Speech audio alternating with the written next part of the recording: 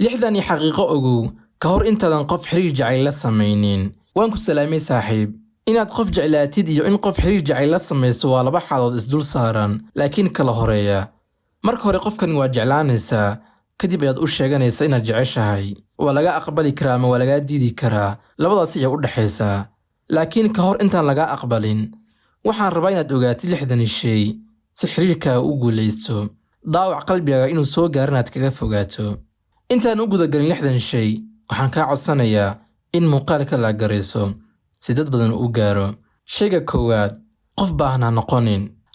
qof jacayl u baahan qof daryeel u baahan qof danayn u baahan qof farxad u baahan dadku ma jecla qof baahan wayna ka cararaan taa beddelkeeda marka hore naftaada waxaad siisaa wax kasta oo aad u baahan tahay ka dirji jacaylka farxadda adiga noqo qofka laga qaataa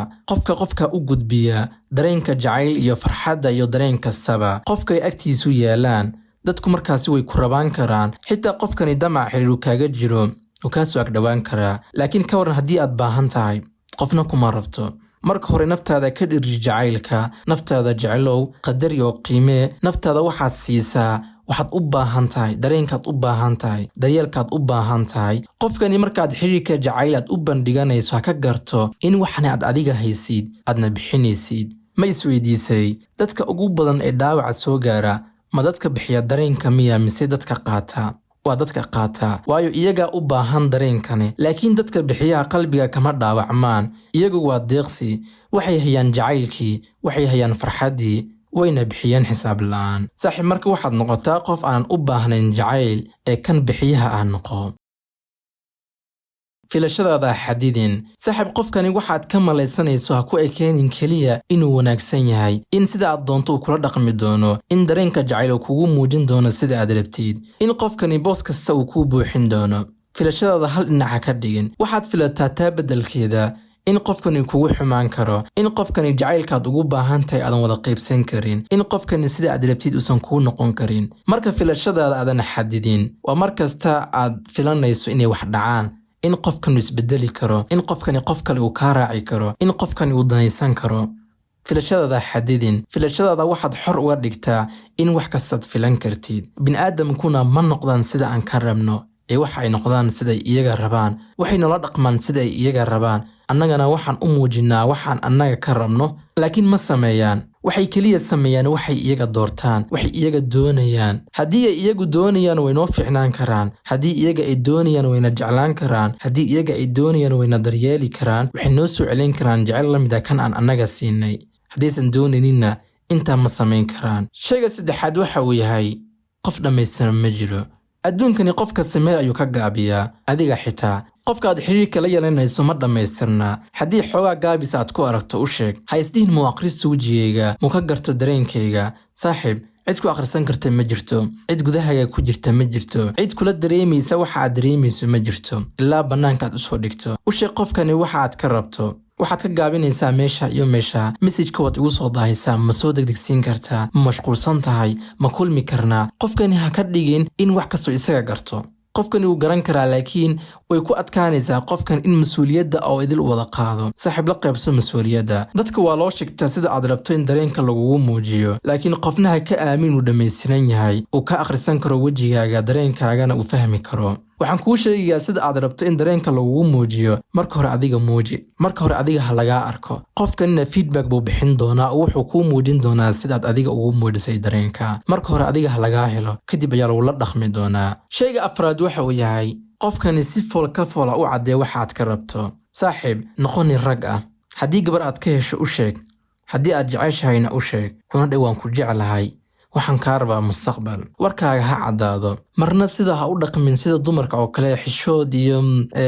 ma u sheegan karo maxaan sameeyaa halkee mara muuqaalaha soo dadaabanno sidee gabar jacayl ugu sheegtaa waxaasi oo dhan iska daa haddii aad jeceshahay gabadhani aad ka heshay mustaqbalna aad ka rabtid si foolka foola ula kulan ku dhowaan ku rabaa waan ku jeclahay waana kaa helay mustaqbal inaan kula wadaaga ayaan rabaa diyaar ma tahay inaan xiriir samayno xiriirkaasna ujeeddo cad aan ka leenahay xitaa gabadhani markay aragto sidaad ugu dhiiran tahay iyo kalsoonida kugu jirtaa intaasaa oo ku filan oo jacayl kugu qaadi kartaa oo kaa aqbali kartaa qofna ma diidayo qof hadalkiisu cad yahay waxaad ka helaysaa laba jawaab midkood gabadhu inay ku qanacdo ay ku dhahdo nin dhiiran baa tahay soo dhowow ama inay kuba meeriso ay dhahdo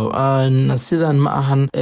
hadda marro inaan xiriir sameeyo ka dhaqaaq qofka markuu sidaa uu kugu dhaco uma marsiyo kula imaado ha hoos fadhinin ha baryin ha u calaacalin cagta fur saaxiib qofka aad ka hesho u sheeg ujeedada cad ee aad ka rabtid waqtigaaga maalayacni ha ku luminin waqtigoo waxa ugu qaalisan ee qof aan siino xitaa hadiyadaha qaar uu ka qaalisan yahay waqtiga waa qayb ka mid ah cimrigeena gabarey sidoo kale adigana qof marka uu xiriir kula soo doonanayo weydii ujeedka cad uu ka leeyahay xiriirkan ilaa halkee ayaad ka rabtaa weydii qofkan ilaa halkee aad ka rabtaa in xiriirkan uu gaaro mustaqbal miyaan higsanaynaa mise keliya waan iska samaynaynaa waqti lumis ma keliya inaad ila sheekaysto ayaad rabtaa waqtiga aad jaanis ka haysid ma keliya inaan is aragno ayaad rabtaa ma keliya in waddada aad ila marto ila xaragooto miyaad rabtaa mise mustaqbal ayaad iga leedahay ninka ragga ahi ee ku rabaa ee ku shukaansanaya waa inuu hadalkiisa caddaadaa waa in ujeedkiisu caddaadaa shayga shanaad waxa uu yahay naftaada halka ay kaa joogto ay qof waliba ku geynaysaa haddii naftaada aad jeceshahay naftaada qadariso wax kasta aad naftaada ka hormariso dadkuna sida ayay kuu arkayaan kula dhaqmayaan haddii naftaada aad ka hormariso qofka aad jeceshahay naftaadana wax qadarinaadan u haynin qofku raba ma jirto qof naftiisa naciyaa raba qofka markuu naftiisa ka hormarinayo wax walba ayaa la rabaa qofka naftiisa marka uu qadarinayo ayaa la qadariyaa qof kasta bini'aadamku waxay kula dhaqmaan sida ay ka arkaan naftaada qadarin iyo ixtiraam u muuji naftaada jacaylsi naftaada danay dadkuna sida ay kula dhaqmi doonaan qofkani xiriirka jacayl la samaysanayso ha arko in naftaada ay kugu weyn tahay in naftaada wax kasta aad ka hormarinayso xitaa qofkan naftiisa jacaylsiya qadarin iyo ixtiraam u muujiya ayaa qofka kalena sidaa ku samayn karaa dadkuna si dadban waxay nula dhaqmayaan waxay naga arkaan naftaada ha ahaato waxa ugu horeysa iyadaa mudan jacayl iyadaa mudan qadarin iyadaa mudan danayn iyo daryeel iyadaa mudan in waqti lala qaato waxaadna ku dhahdaa naftaada naftayda waan ku jecelahay kuna aaminsanahay qof kastana adigaa ka horeeya taasi ha kuu noqoto hadallada subax kasta naftaada kula hadlaysid saaxiib shayga lixaad ee aan rabo inaad ogaatid ka hor intaadan xiriir jacayl qof la samayno waxa waaye meesha aad isdhigto ayuu qof kasta ku dhigayaa qofkani xiriirka jacayl la samaynaysu waa bini'aadam ka shidaal qaadanaya wuxuu adiga kaa arko dhaqamada adiga uu kaa arko ayuu kula dhaqmayaa haddii waqtigaaga aadan qiimaynaynin wax ku waqtiyeysan aysan jirin markasta available aad tahay qofkaasi wax mudnaan ah ma siinaayo